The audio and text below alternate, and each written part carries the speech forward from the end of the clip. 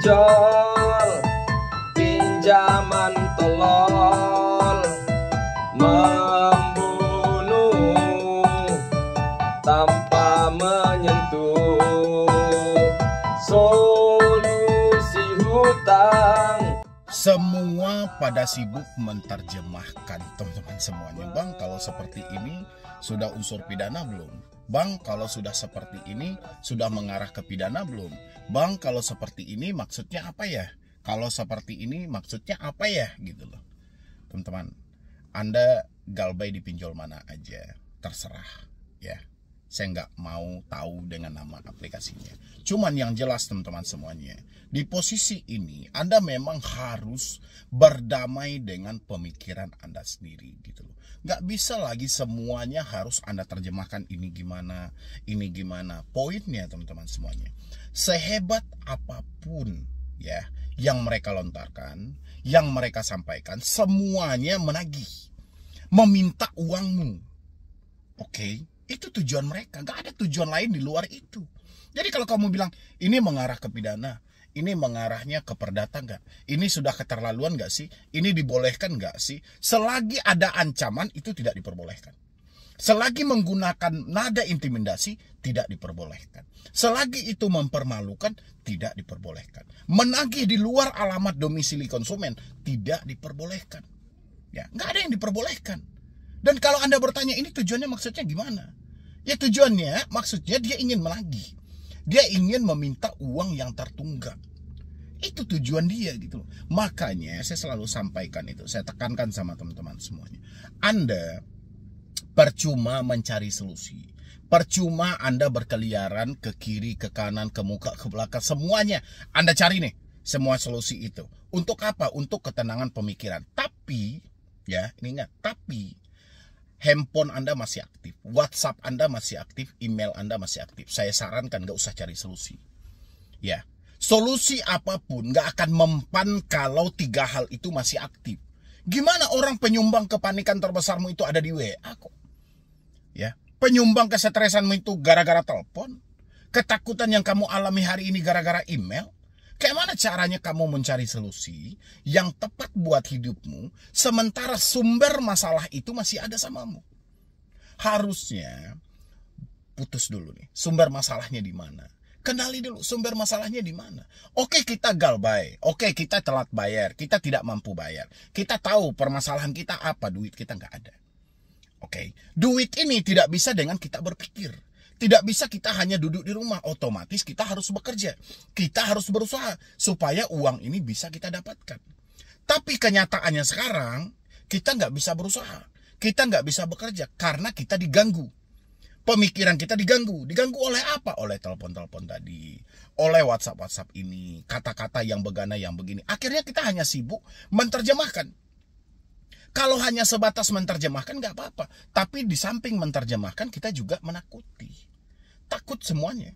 Bang, ini gimana? Ini gimana? Cobalah renungkan teman-teman semuanya. Masalah Anda itu dengan diri Anda sendiri loh. Disumbang karena Anda membaca chat tadi itu. Chat itu miris. Miris banget. Kata-kata yang mereka gunakan itu aja. Ya, bayarkan segera. Jangan gara-gara hutang tidak seberapa satu keluargamu kami tagih dan ancamannya beku. Itu aja. Bahasanya itu aja gitu loh. Tapi kok bisa Anda itu begitu ketakutan aja semuanya gitu loh. Apa sebenarnya? Harusnya kan Anda harus mengambil tuh kesimpulan yang tepat. Saya harus nih memutus komunikasi. Saya nggak bisa lagi nih. Saya nerima telepon, itu otak saya langsung panik. Hati saya jadi nggak tenang gitu loh. Apalagi dengar ocehan dia, caci maki dan segala macam. Kita nggak tahu nih orangnya siapa. Belum lagi menerima WhatsApp.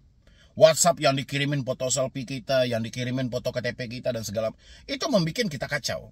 Ya, belum lagi email dengan dalih ini dari lawyer, ini dari segala macam, kita mau dibawa ke jalur hukum dan segala macam. Berarti 3 hal ini ketika saya membaca dan saya mendengar, hati saya nggak baik. Harusnya kalian mengambil keputusan yang tepat. Ya, ini nggak bisa Anda hanya sibuk, Bang, ini maksudnya gimana? Ini maksudnya gimana? Percuma, saya bilang percuma gitu loh. Anda menyimpan banyak bukti pun, mereka tidak menyebutkan nama aplikasi. Selagi itu mereka mengancam, mempermalukan, menakut-nakuti, dia tidak akan pernah menyebutkan nama aplikasi. Ya, Kalaupun Anda telat di paylater ya sebatas paylater aja, tidak ada namanya. Kalau Anda hanya telat di pinjaman online ya sebatas pinjaman online aja. Nggak ada lebih spesifik mereka dari aplikasi A, aplikasi B, aplikasi C, nggak ada. Ya, ini yang mau diterjemahkan. Capek sendiri dong teman-teman semuanya. Makanya saya selalu sampaikan sama Anda. Sudah masuk ke ranah hukum, ya. Begitulah menurut versi dari orang yang tidak mampu bayar pinjol, yang mana perkara dia ini atau masalah dia ini sudah masuk ke ranah hukum. Dia sudah dilaporkan atas dasar penggelapan dan penipuan terhadap uang pinjol yang tidak mampu dia balikkan. Ya, ini yang mau kita bahas teman-teman semuanya. Saya rasa kalau teman-teman ketakutan dengan judulnya nanti, kalau teman-teman kecemasan dengan thumbnailnya nanti, saya berharap teman-teman menonton isinya dengan lengkap dan benar ya. Jangan buru-buru ke kolom komentar, karena saya sangat takut membahas hal ini teman-teman. Jujur aja, saya sangat takut. Kenapa? Karena masih kebanyakan mental kita itu tidak baik-baik saja gitu loh. Ada yang bisa berpikir dengan normal, ada yang bisa berpikir hanya sebatas melihat gambar gitu. Karena asumsi mereka ini berbeda-beda gitu loh. Makanya orang-orang itu terkadang masih banyak yang tertarik dengan yang namanya jasa hapus data. Oke. Ya, jadi mudah-mudahan Anda menonton dengan lengkap sampai habis. Tentang pemrosesan ke jalur hukum, saya harus menyampaikan berapa kali teman-teman semuanya. Ini di Instagram saya dibanjiri dengan pertanyaan akan dipenjara, dan akan dipenjara. Itu aja. Ya, perkaranya akan masuk ke pidana, perkaranya dia akan dipenjara, dia akan diproses ke jalur hukum, dituntut dengan pasal penggelapan, penipuan dan segala macam gitu. Teman-teman pernah sadar nggak sih dalam bertanya hal-hal seperti ini? Atau teman-teman pernah sadar nggak sih atau berpikir nggak sih gitu? Kita ini ranahnya perdata. Hutang piutang itu ranahnya perdata. Ya. Karena ada yang diuntungkan, ada kesepakatan timbal balik. Pinjol memberikan dana kepada kita dengan kita bersedia memberikan keuntungan terhadap pinjolnya itu gitu. Unsur pidananya di mana? Penipuannya di mana? Lain hal kalau teman-teman ini misalnya identitas Anda palsukan, itu oke aja gitu. Tapi sejauh semuanya itu normal, benar-benar atas dasar ketidakmampuan, ketidaksanggupan, unsur pidananya nggak ada. Nggak ada unsur pidana itu. Kita mau cariin kemanapun pidananya nggak ada. Atas dasar ketidakmampuan. Ini memang tepatnya di hukum perdata gitu loh. Ya, tapi teman-teman itu terkadang kadang saya juga bingung gitu loh. Menyampaikan sama teman-teman semua itu seperti apa gitu. Coba Anda perhatikan lagi. Semua pinjol yang melakukan pengancaman akan mempenjara Anda, akan mempidana Anda, itu tidak satu pun yang berani menyebutkan nama aplikasi. Ya, tidak satu pun. Bayangin, mereka hanya melontarkan melalui WhatsApp tadi. Tapi kenapa teman-teman tidak mau menghapus WhatsApp-nya aja gitu loh? Hapus WhatsApp-nya udah, perkaranya udah selesai gitu loh. Kita nggak ada lagi diancam-ancam, kita nggak ada lagi ditekan-tekan, kita nggak sibuk lagi nih menerjemahkan hal apapun. Hari ini kita real karena keadaan yang sudah tidak memungkinkan. Keadaan yang sudah tidak mampu lagi gitu loh. Jadi mau dipaksain seperti apapun, tetap konsepnya uang nggak ada. Ya, mau kayak mana? Anda ini bukan orang jahat. Anda orang baik semua. Nawaitu Anda sejak awal meminjam untuk dibayar. Tapi apa boleh buat, dengan segala ketidaktahuan Anda, dengan segala ketidakpahaman Anda dalam hal itu, ternyata bunga yang ditawarkan sangatlah tinggi. Belum lagi biaya layanan, pemotongan admin di awal sangat besar gitu loh. Ya, apalagi di tengah ekonomi seperti ini, dipaksain gali lubang tutup lubang, hutang ini tidak akan pernah selesai. Ya, debt collector itu sengaja dihadirkan oleh pinjol untuk memberikan tekanan kepada Anda. Begitu Anda merasa tertekan, begitu Anda merasa sudah tidak aman, mau tidak mau Anda pasti gali lubang tutup lubang. Ini tujuan mereka gitu. Makanya saya selalu himbau sama teman-teman semuanya, cukup 3 hal ini aja. Cukup 3 hal ini aja. Ganti nomor telepon, hapus WA, ganti email. Perkara ini selesai. Anda bisa fokus. Cari uang, kumpulkan uang Anda, nanti negosiasi gitu. Cuman 3 hal ini aja gitu loh. Ya nggak sih? Daripada Anda sibuk-sibuk. Ini contoh. Setiap hari dia mendapatkan chat-chat WhatsApp seperti ini gitu. Anda boleh lihat di sini. Ini gue sudah DM tempat kerja lu. Masih nggak mau bayar, mbak? Bakalan gue buat lu dipecat. Jangan sampai saya libatkan semua keluarga besar kamu di sini. Tempat kerja kamu buat selesaikan hutang nggak seberapa ini, maling. Lo mau rusak kehormatan keluarga lo biar dicap jadi keluarga maling. Nama aplikasinya apa? Ini masalahnya bukan karena ucapan, tapi masalah karena Anda sendiri. Anda membiarkan, sudah tahu WA ini tidak baik-baik saja. Anda baperan ketika menerima WhatsApp, tapi Anda biarkan. Kesalahan murni milik Anda. Ya, harusnya Anda ganti nomor WA, hapus WA, udah perkara ini selesai. Apakah ini kita akan dituduh nanti, Bang, melarikan diri dalam konsep apa? KTP kita ada kok. Alamat kita jelas kok. Kita lebih baik berhadapan dengan debt collector secara langsung daripada via telepon dan via WhatsApp seperti ini. Ya, ini masalah tidak bisa Anda pungkiri. Masalah ini lahir dari WhatsApp. Anda mau terjemahkan semuanya. Tolong bang, ini segala macam. Nama aplikasi nggak ada. Nggak ada. Setakut-takutnya Anda dalam menerima chat seperti ini, lebih takut debt collector yang menagih. Sehingga dia tidak berani menyebutkan nama aplikasi. Ini sebuah ketololan. Ketololan debt collector itu yang mau diikuti. Bodoh teman-teman itu. Kenapa ketololan saya bilangin? Kalau dia memang berani, ketika dia mengancam seperti ini, dia sematkan nama aplikasi. Ketika ancaman dia masuk, si debetur tahu harus membayar kemana. Ya iya kalau si debeturnya itu cuma satu pinjol aja. Kalau lebih dan semuanya sudah jatuh tempo, dia harus bayar kemana. Itu makanya saya bilang ketololan dari debt collector. Anda pun ikut-ikutan. Harusnya Anda ambil, kan saya bilangin. Perkaranya cuman di sini loh. Ya, telepon, WhatsApp, email, nggak lebih dari itu perkaranya. Ini yang mau diterjemahkan. Anda mau dipenjara, Anda mau dipidana, data Anda mau disebar, keluarga besar mau dihubungi dan segala macam. Ini mau diterjemahkan. Capek yang ada gitu loh. Ya, Anda akan kalah. Karena otak Anda sudah dilumpuhkan lebih awal. Anda akan kalah. Anda membawa rasa bersalah yang terlalu tinggi. Makanya hari ini ambil keputusan yang paling tepat. Putus komunikasinya. Ancaman penjara, ancaman pidana, sebar data segala. Anda nggak baca lagi. Anda aman. Anda bisa fokus bekerja dan berusaha. Kalau konsepnya masih seperti ini, Anda mau kemana? Mau lapor kemana? Lapor ke OJK. OJK beranggapan ini ilegal. Ini nggak resmi. Padahal si debetur menyampaikan, Pak, tolong apa solusinya? Dari pinjam duit udah menyebarkan data-data saya, Pak, sampai di tempat kerja juga. Ya. Bayangin kalau si debetur melaporkan kepada OJK, melaporkan kepada FPI, ini nggak akan ditanggapi. Karena tidak memenuhi bukti. Ya, debt collector itu sudah disetting oleh pinjolnya masing-masing. Silahkan melakukan pengancaman, silahkan melakukan penagihan dan segala macam. Jangan pernah bawa-bawa nama aplikasi.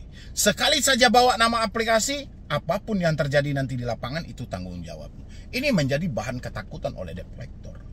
Tinggal dari kita aja. Sumber masalah kan sudah saya bilangin.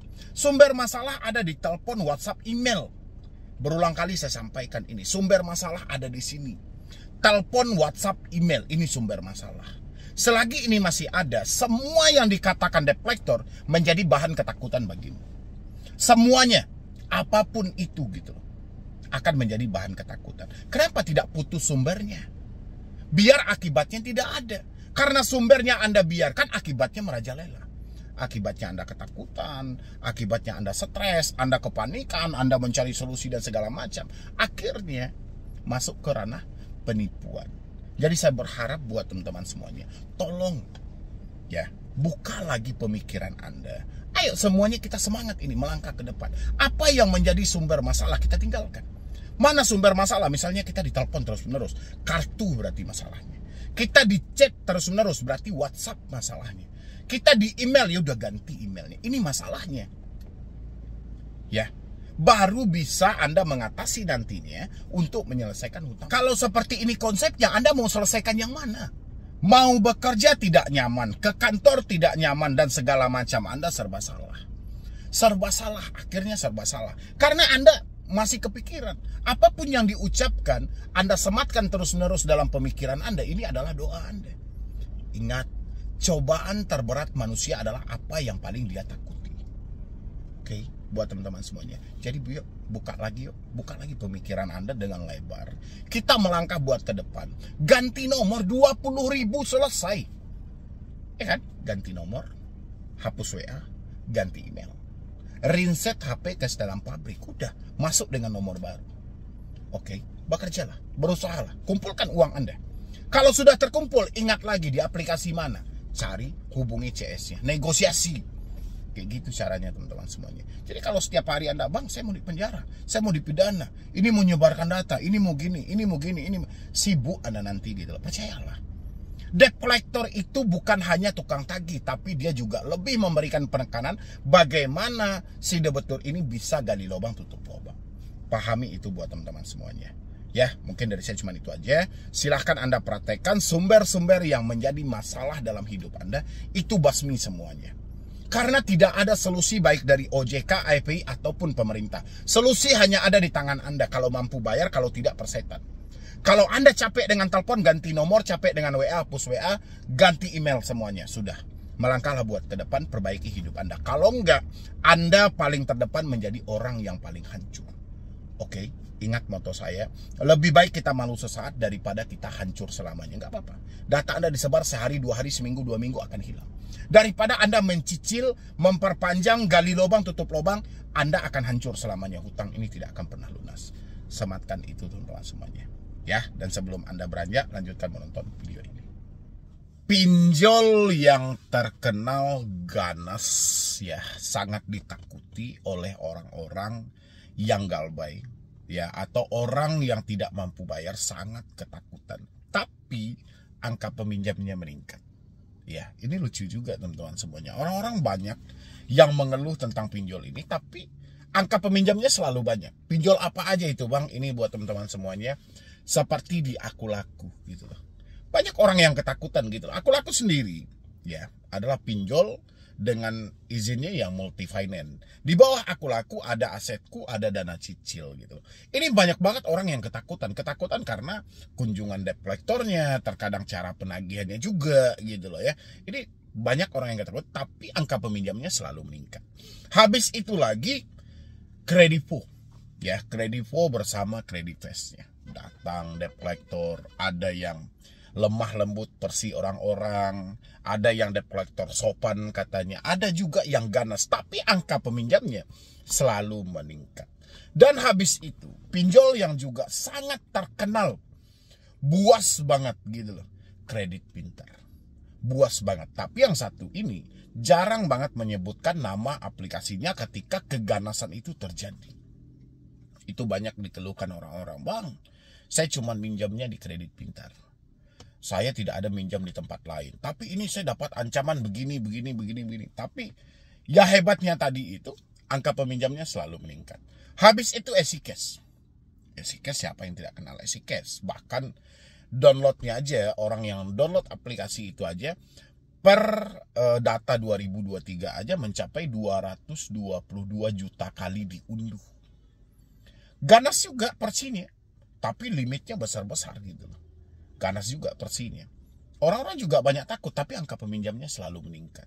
Habis itu pinjol yang juga ditakuti atau yang dikenal juga ganas, orang selalu khawatir dengan yang namanya Samir, pinjam duit, habis itu dengan ada pundi, habis itu 360 kredit dan lain sebagainya. Sebenarnya banyak lagi ya teman-teman semuanya. Tapi saya cuma menjelaskan sama Anda, bukan soal mau pinjolnya terkenal ganas tapi peminjamnya selalu meningkat, tidak.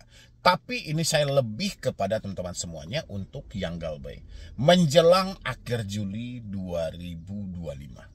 Ini Anda harus selalu waspada, harus selalu hati-hati. Waspada dalam hal ini bukan berarti saya menakut-nakuti Anda, tidak. Karena Anda akan dihadapkan dengan persi-persi penagihan. Terkadang tidak sesuai dengan fakta yang terjadi. Terkadang bahkan di luar logika Anda juga. Ya, cara penagihan yang mereka lontarkan itu di luar logika juga. Kita sama-sama paham bahwasanya debt collector ini dapat gaji sesuai dengan target. Mereka tidak mencapai target, mereka akan resign, mereka akan dikeluarkan. Itu aja yang harus Anda pahami. Tapi selagi Anda menempatkan posisi debt collector ini pada tempatnya, insya Allah semuanya akan baik-baik saja kok. Debt collector hanya tukang tagih. Debt collector itu hanyalah ujung tombak di sebuah perusahaan pelaku usaha jasa keuangan atau lembaga dari jasa keuangan itu sendiri. Dia ujung tombak, dia paling ujung ini. Debt collector ini paling ujung, baik yang DC-nya maupun FC-nya. Mereka paling ujung. Merekalah yang sebenarnya lebih berjasa terhadap sebuah perusahaan ini. Karena tanpa mereka, ini dana-dana yang sulit untuk diambil ini, itu nggak bisa kembali lagi gitu loh. Tapi pekerjaan mereka paling berat dan mereka paling berbahaya. Ya, posisi mereka paling berbahaya juga. Mereka paling berat. Kalau misalnya terjadi bentrokan nantinya, ya, dan misalnya kedapatan DC-nya sedang melakukan pengancaman dan ketahuan itu DC dari mana dan segala macam, ini pihak penyelenggara itu lepas tangan. Karena pihak penyelenggara akan berkejar pada atau berpatok pada SOP mereka. Makanya seringkali kita mendapatkan soal debt collector ini ketika dia melakukan penagihan, itu jarang banget dia menyebutkan nama aplikasi karena pihak penyelenggara tidak mau menanggungjawabkan mereka. OJK juga melampirkan pihak penyelenggara yang menjalin kerjasama dengan debt collector apabila nanti terjadi tidak sesuai dengan aturan, pihak penyelenggara harus bertanggung jawab. Inilah yang dia tidak mau. Makanya dia tetap dengan persidia selalu menerobos mental-mental teman-teman semuanya, tapi tidak lagi menyebutkan nama aplikasi. Karena mereka juga dikejar oleh target mereka. Kalau dia tidak mencapai target sesuai yang diminta oleh pinjaman online tadi atau tempat dia bekerja tadi, dia akan resign atau bahkan akan dipecat. Jadi itu yang harus teman-teman tahu. Jadi kalau Anda menempatkan posisi debt collector ini pada tempatnya, insya Allah semuanya Anda tidak perlu takut gitu. Debt collector ini paling ujung. Merekalah yang akan mengambil tagihan-tagihan yang tertunggak. Melalui tagihan ini ada bonus dan ada target yang harus dia capai. Ketika bonusnya cair, ketika targetnya tercapai, ya dia aman. Kalau target dia tidak tercapai, nasib dia juga tergantung buat ke depannya. Ini yang harus teman-teman pahami. Jadi jangan melulu teman-teman selalu nyampaikan, "Bang, saya galbay atau saya telat bayar di aku laku. Kira-kira DC-nya datang gak ya?" Ini nggak problem juga teman-teman semuanya. Dan habis itu banyak juga orang, "Bang, saya galbay di aku laku. Kira-kira menghubungi di luar konder nggak ya?" Ini bukan pertanyaan juga. Ya, walaupun Anda mendapatkan tekanan dan ancaman, tapi mereka tidak menyebutkan nama aplikasi. Memang untuk menebaknya itu susah. Yang penting Anda berdamai aja dengan pemikiran sendiri. Kenali aja fungsi debt collector ini apa sebenarnya. Ya, walaupun di beberapa pinjol itu memang terkenal banget ya keganasan-keganasan DC-nya, tapi seganas apapun nama aplikasi hilang. Anda boleh cek itu. Sehebat apapun debt collector dalam menagih, segarang apapun, seganas apapun, dia tidak menyebutkan lagi nama aplikasi. Ya, karena itu akan menjadi tanggung jawab dia sendiri kalau sempat dia menyebutkannya. Makanya mereka hilang dalam hal itu. Dia tetap dengan versinya, tapi tidak lagi menyebutkan nama aplikasi. Entah mereka dari mana, kita nggak tahu. Tapi sudah betul biasanya selalu tahu. Saya jatuh temponya di aplikasi ini, Bang. Saya jatuh tempo di aplikasi ini, Bang. Coba aja tes dulu, laporin kepada OJK. Yang penting tingkat ketakutan Anda harus Anda kendalikan. Apalagi kita mendekati akhir bulan Juli ini. Ini akan lebih ganas lagi. Bahkan nanti bulan 8, bulan Agustus dan sampai Desember. Ini lebih gila lagi teman-teman. Karena dia akan berpacu dalam hal itu. Bahkan lebih ganas lagi. Sekarang aja kan udah mulai tuh ancaman-ancaman yang tidak masuk lagi oleh logika gitu loh. Sejak kemarin itu disenggol oleh Asosiasi Fintech Pendanaan Bersama Indonesia tentang komunitas galbay, seakan-akan debt collector yang melakukan pengancaman dan penekanan ini mendapatkan satu perlindungan.